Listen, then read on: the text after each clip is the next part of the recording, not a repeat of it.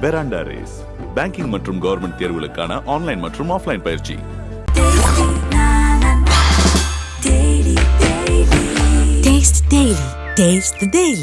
குறைந்த விலை நிறைந்த தரம் தங்கள் தேவைகள் அனைத்தும் ஒரே இடத்தில். ஜெயச்சந்திரன். தமிழில் நான் தமிழ் படிப்பேன்.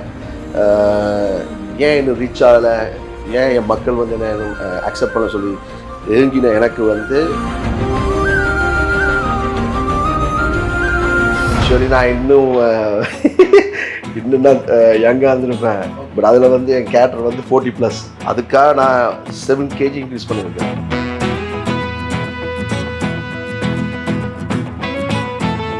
இது ஒரு ரீமேக்குன்னு சொல்லிட்டு இதில் ஹீரோ சப்பியாக இருக்கணும், தொப்பை இருக்கணும்ட்டாங்க.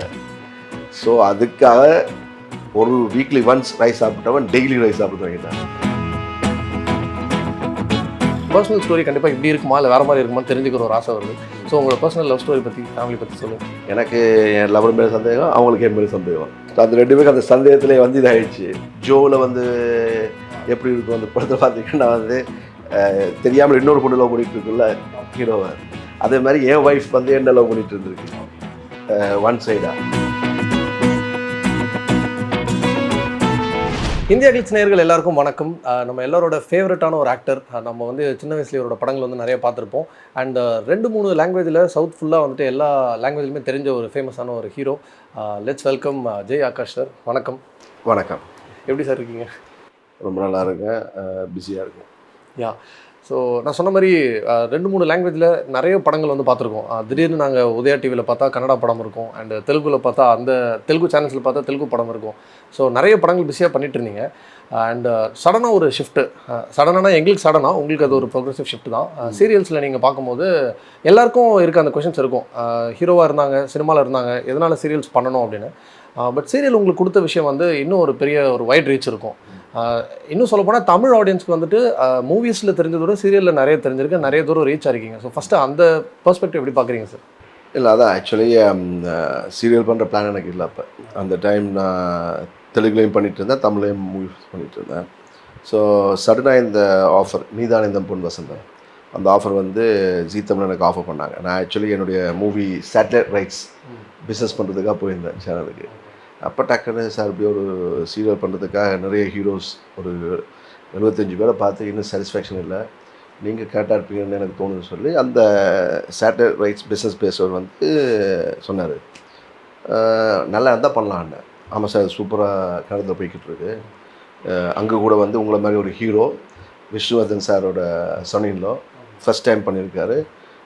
சாதாரண சீரியல் மாதிரி இருக்காது, பயங்கர கிராண்டாக இருக்கும், ஒரு மூவி மாதிரியே இருக்க மாட்டார். சரி, ஓகே, நீங்கள் எனக்கு அந்த லிங்க் அனுப்புங்கண்ணே. ஸோ லிங்க்கை பார்த்தேன். ஓப்பனிங்கே ஹீரோ ஓன் சார்ட்டர்ட் ஃப்ளைட் இறங்குறது, ஃபுல் பாடி கார்டு எல்லாமே டாப் ஆஃப் த ரேஞ்ச் காசு.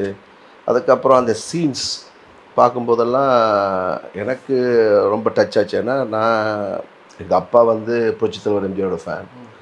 ஸோ நான் ஃபஸ்ட்டாக பார்த்து இம்ப்ரெஸ் ஆன ஒரு ஹீரோனா புரட்சித் தலைவர் எம்ஜிஆர் தான், சின்ன குழந்தையாக இருக்கும்போது. ஸோ அவருடைய எல்லா படங்களும் நான் பார்த்துருக்கேன். நான் மற்ற ஹீரோஸை விட எம்ஜிஆர் அவருடைய எல்லா படங்களும் பார்த்துருக்கேன். ஸோ எனக்கு பார்க்கும்போது அந்த கேரக்டர் பார்க்கும்போது அப்படியே ஒரு புரட்சித் தலைவர் எம்ஜிஆரை பார்க்குற மாதிரி இருந்துச்சு. டிவி பெரிய ரீச் இருக்குது இப்போ. பட் அது யூஸ்வலான ஒரு சீரியல் மாதிரி இல்லாமல் ஒரு டிஃப்ரெண்ட்டாக இருக்குது. பொதுவாக சீரியலில் ஹீரோயினுக்கு தான் அதிகமாக இருக்கும், ஹீரோஸுக்கு பெருசாக இருக்காது. பட் இதில் ஹீரோக்கு நல்ல இம்பார்ட்டன்ஸ் இருந்துச்சு, ஒரு மாசாக இருந்துச்சு. அதான் சொல்ல ஒரு புரட்சித் தலைவர் எம்ஜிஆரை பார்க்குற மாதிரி இருந்துச்சு. ஸோ சரி, இதை பண்ணலாம் அப்படின்ட்டு பண்ணேன். அது வித்தின் 25 எபிசோட்ஸே எனக்கு எக்கச்சக்கமான ஃபேன்ஸ். இப்போ நீங்கள் சொன்ன மாதிரி இத்தனை வருஷம் நான் தமிழ் சினிமாவில் அதுக்கு முன்னாடி நான் ஒரு 12 மூவிஸ் ஹீரோவாக பண்ணேன். ராமகிருஷ்ணா ஓரளவுக்கு ஓகே, தியேட்டரில் பெரிய கமர்ஷியல் சக்ஸஸ் ஆகாட்டியும் அப்புறம் ஜெயா டிவியில் பார்த்ததுக்கப்புறம் நல்ல ரீச் ஆச்சு.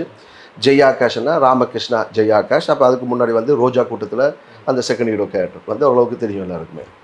ஸோ இது எப்படின்னா இதில் என்னோடய ப்ரோமோ பார்த்தோன்னே, ஓப்பனிங் ப்ரோமோ பார்த்தோடனே அந்த நீதானே என் பொன் வசந்த சாங் அது, அப்புறம் நான் ஃப்ளைட்டில் பார்த்தோன்னே நிறைய பேருக்கு எங்கேயோ பார்த்த மாதிரி இருக்குன்னு சொல்லி ஸ்ட்ரைக்காக இருக்குது.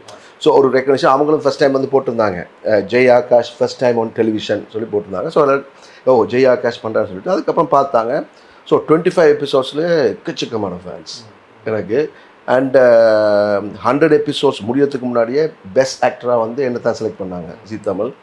அது எனக்கு முன்னாடி நிறைய ஹீரோஸ் 300-400 எபிசோட்லாம் பண்ணிட்டாங்க. ஸோ என்ன செலக்ட் பண்ணும்போது அவ்வளோத்துக்கு வந்து அந்த கேரக்டர் வந்து ஒரு 100 எபிசோட்ஸ்லேயே எல்லா நவரசங்களையும் காட்டுறதுக்கு ஒரு வாய்ப்புள்ள ஒரு கேரக்டரு. ஸோ அதனால தான் பண்ணேன். அண்டு நான் எதை எதிர்பார்த்தனோ, நான் ஒரு தமிழ் மக்கள் வந்து என் நடிப்பை பார்த்து பாராட்டணும். தெலுங்கே தெரியாமல், நான் நடிக்க கூட தெரியாமல் நான் ஹீரோ நடித்த ஃபஸ்ட்டு படம் ஆனந்தம் சூப்பர் ஹிட்டு. வித்தின் ஒரு ஃபிலிம் நீங்கள் எங்கேயோ போயிட்டீங்க சார். அதாவது என்னென்னா, இந்த ஃபஸ்ட் படம் ரோஜாவனம் பண்ணும்போது எனக்கு ஆக்டிங்கே தெரியாது.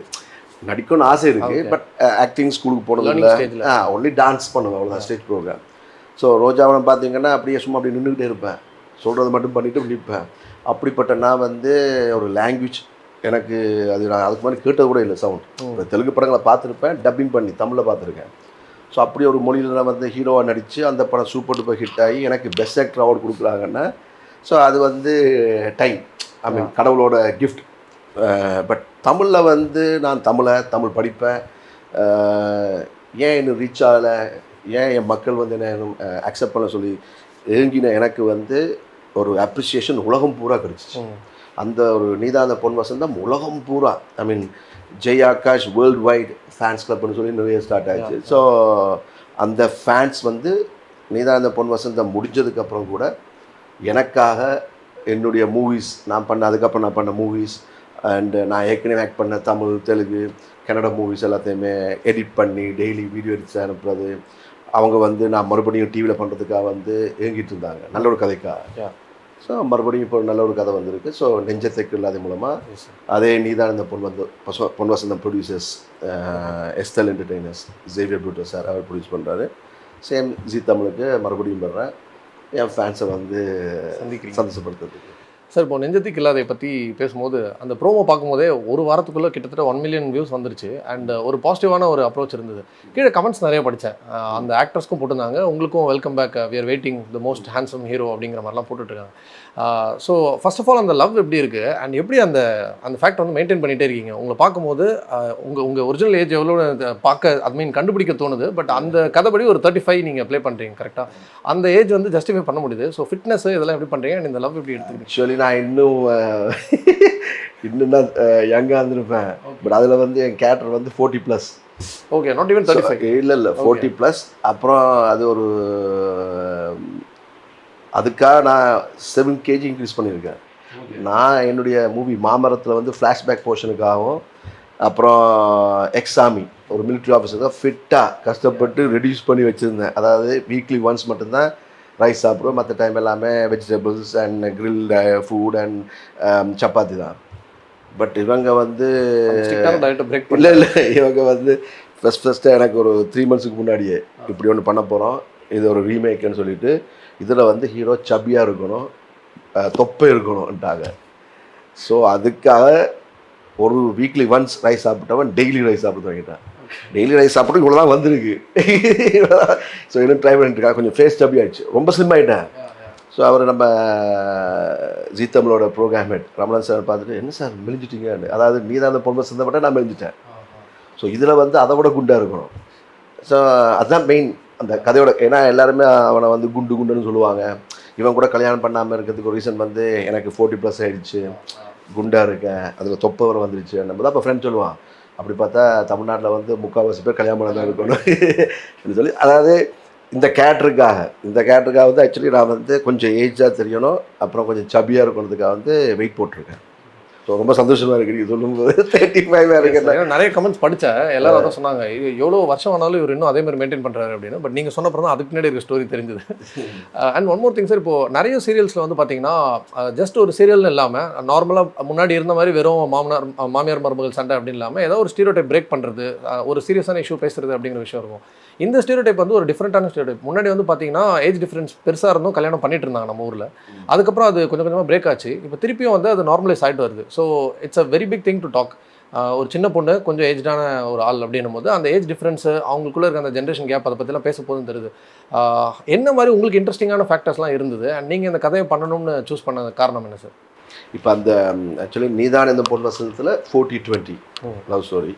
ஸோ அந்த நீதான் அந்த பொன் வசந்தம் சக்ஸஸ் ஆனதுக்கப்புறம் எனக்கு நிறைய லெட்டர்ஸ் எப்படி வந்துச்சுன்னா, எங்கள் ஊரில் வந்து நிறைய ஆண்கள் அவங்க வந்து 40 வயசு தாண்டினோடனே இனிமேல் நாங்கள் கல்யாணம் பண்ண முடியாதுன்னு சொல்லி ஃபீல் பண்ணிட்டு இருந்தவங்க இப்போ அவங்களுக்கு ஒரு கான்ஃபிடன்ஸ் வந்துருச்சு. ஓகே. ஸோ அவங்க வந்து நல்லவங்களாக இருந்தாங்கன்னா டெஃபினட்டாக அவங்கள வந்து கொஞ்சம் வயசு வித்தியாசம் இருந்தால் கூட கல்யாணம் பண்ணுவாங்க சொல்லி ஒரு கான்ஃபிடன்ஸ் இருந்துச்சு. சொல்லி போய் பாராட்டி இல்லாமல் வந்து எனக்கு லெட்டர்ஸ் அனுப்பியிருந்தாங்க.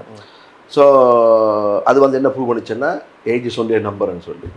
பட் இது வந்து நெஞ்சத்துக்கு இல்லாத எப்படின்னா ஹீரோ கேரக்டருக்கு 40+, ஹீரோயினுக்கு 30+. ஸோ பெரிய ஏஜ் டிஃப்ரென்ஸ் இல்லை. ரெண்டு பேருமே கல்யாண வயசை தாண்டிட்டாங்க. ஹீரோயின் தாண்டிட்டாங்க, ஹீரோ தாண்டிட்டாங்க. ஸோ ஹீரோக்கு என்னென்னா அவனுக்கு அது ஒரு இன்ஃபீரியாரிட்டி காம்ப்ளெக்ஸ் மாதிரி ஆயிடுச்சு. ஓகே. ஸோ தனக்கு வயசாகிடுச்சு, குண்டாயிட்டேன், எல்லாமே இருக்குது, பெரிய கோடீஸ்வரன் எல்லாமே இருக்குது. ஸோ அவன் ஒன்லி அவனுடைய ஃபேமிலிக்காக தான் வாழ்ந்துட்டு இருப்பான். ஸோ அவனுடைய அதாவது ஃபேமிலினா கூட அவனுடைய சொந்த பிரதர்ஸ் சிஸ்டர்ஸ் இல்லை, அவங்க சித்தியோட பசங்க வந்து என்னோட சொந்த தம்பி தங்கச்சியாக பார்த்துட்டு இருப்பான். அவங்க தான் உலகம் அவனுக்கு. ஓகே. பயங்கரமான கிளவர், அதாவது பிஸ்னஸில் வந்து பயங்கரமான கிளவர். ஆனால் ஃபேமிலியில் வந்துட்டால் முட்டாள் மாதிரி இருப்பான் ஃபேமிலிக்காக, அந்த மாதிரி ஒரு கேரக்டர். ஸோ ரொம்ப சேலஞ்சிங்கான ஒரு ரோல். எப்படின்னா நீ தான் அந்த பொன் வசந்தத்தில் அந்த ஒரு மாஸில் வந்து எல்லாருமே இம்ப்ரெஸ் பண்ணேன். மாஸ் பர்ஃபார்மன்ஸ், அதாவது ஃபைட்டு, அவன் பேச இதாகட்டும், டைலாக்ஸ் ஆகட்டும், எல்லாமே அப்படி இருந்துச்சு. பட் இதில் வந்து அப்படி இல்லை. இதில் வந்து அன்பால் தான். ஸோ அது பொதுவாகவே நான் என்னுடைய ரியல் கேரக்டர் வந்து நான் அன்புக்கு அடிமை. ஓகே. ஸோ நான் என்னுடைய எப்போ சொல்லும்போது அதை சொல்லுவேன் ஃபேன்ஸுக்கெல்லாம், அன்புக்கு நான் அடிமைன்னு சொல்லி. ஸோ இந்த ஹீரோ கூட அது மாதிரி தான், அன்புக்கு அவன் அடிமை. ஸோ அந்த ஒரு லவ்லியான ஒரு இதில் வந்து அவன் எல்லாரையும் கவருவான். எல்லாருமே லவ் பண்ணக்கூடிய கேரக்டர் அந்த கேரக்டர். அது டிஃப்ரெண்ட் மாதிரி, இது டிஃப்ரெண்ட். ஸோ எனக்கு அதான் ஒரு கொஞ்சம் சேலஞ்ச். நீ தான் அந்த பொம்மை சேர்ந்ததுக்கு இதுக்கு டிஃப்ரெண்ட். Super sir. இப்போ நிறைய பேர் வந்து உங்களோட பார்த்துருக்கோம். எல்லாமே வந்துட்டு எல்லா பேருமே உங்களோட கரெக்டாக இருப்பாங்க. ஏன்னா உங்களோட ஹைட், உங்களோட அந்த பர்சனாலிட்டியால். உங்களோட பர்சனல் லைஃப் பற்றி சொல்லுங்கள், அந்த லவ் ஸ்டோரி பற்றி சொல்லுங்கள் சார். ஏன்னா இப்போ இந்த ஸ்டோரியெல்லாம் கேட்கும்போது இப்போ நீங்கள் 40-20, 40-30 சொன்னீங்க. அதெல்லாம் சொல்லுவோம். உங்களோட பர்சனல் ஸ்டோரி கண்டிப்பாக இப்படி இருக்குமா இல்லை வேறு மாதிரி இருக்குமான்னு தெரிஞ்சுக்கிற ஒரு ஆசை வருது. ஸோ உங்களோட பர்சனல் லவ் ஸ்டோரி பற்றி, ஃபேமிலி பற்றி சொல்லுங்கள். என் பர்சனல் லவ் ஸ்டோரி கொஞ்சம் இந்த மாமரம் படத்தில் இருக்கும். நீங்கள் மாமரம் படம் பார்த்தீங்கன்னா அதில் வந்து ஒரு லவ்க்கு என்னுடைய பர்சனல் லவ் ஸ்டோரி. பட் சிம்பிளாக சொல்கிறேன்னா நான் ஒரு பொண்ணை லவ் பண்ணேன். அதுக்கப்புறம் வந்து சந்தேகம்ன்றது வந்து ஒரு புயலாக வீசிச்சு, பிரிஞ்சாச்சு ரெண்டு பேருமே. ஏன்னா லவ்வுக்கு வந்து 100% ட்ரஸ்ட் இருக்கணும். ஸோ அந்த 100% ட்ரஸ்ட்டில் அந்த லவ் ஒர்க் அவுட் ஆகாது. ஸோ எந்த நேரமும் ஒரு லவ் பண்ண 3 இயர்ஸை வந்து சந்தேகத்திலே வந்து போய்கிட்டு இருந்துச்சு. ரெண்டு பேருக்கும் சந்தேகம். எனக்கு என் லவர் மேலே சந்தேகம், அவங்களுக்கு என் மேலே சந்தேகம். ஸோ அவங்களுக்கு என்ன நிறைய பொண்ணுங்க பார்ப்பாங்கன்னு அவங்களுக்கு சந்தேகம், எனக்கு அவங்களுக்கு சந்தேகம். ஸோ அந்த ரெண்டு பேருக்கு அந்த சந்தேகத்திலே வந்து இதாகிடுச்சு. ஸோ அது செட் ஆகாது. எனக்கு அப்புறம் ஒரு கட்டத்தில் லவ் மேலே நம்பிக்கைலாம் போயிடுச்சு. ஸோ அந்த டைம் வந்து இப்போ ஜோவில் வந்து எப்படி இருக்கும் அந்த படத்தில் பார்த்தீங்கன்னா வந்து தெரியாமல் இன்னொரு பொண்ணு லவ் பண்ணிகிட்டு இருக்குல்ல ஹீரோவை, அதே மாதிரி என் ஒய்ஃப் வந்து என்ன லவ் பண்ணிகிட்டு இருந்திருக்கு ஒன் சைடாக.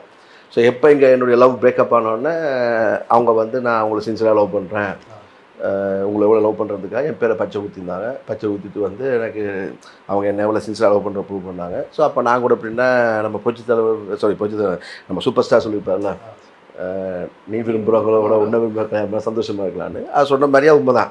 கடவுள் புண்ணியத்தில் வந்து நான் சந்தோஷமாக தான் இருக்கேன். அவங்களுக்கு எல்லாமே தெரியும் எனக்கு நடிக்கிறதுக்கு இன்ட்ரெஸ்ட்டு.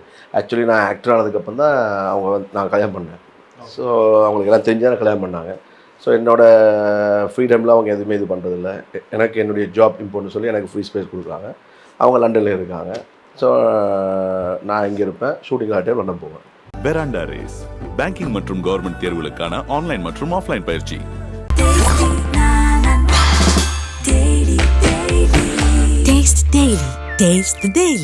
குறைந்த விலை, நிறைந்த தரம், தங்கள் தேவைகள் அனைத்தும் ஒரே இடத்தில். ஜெயச்சந்திரன்.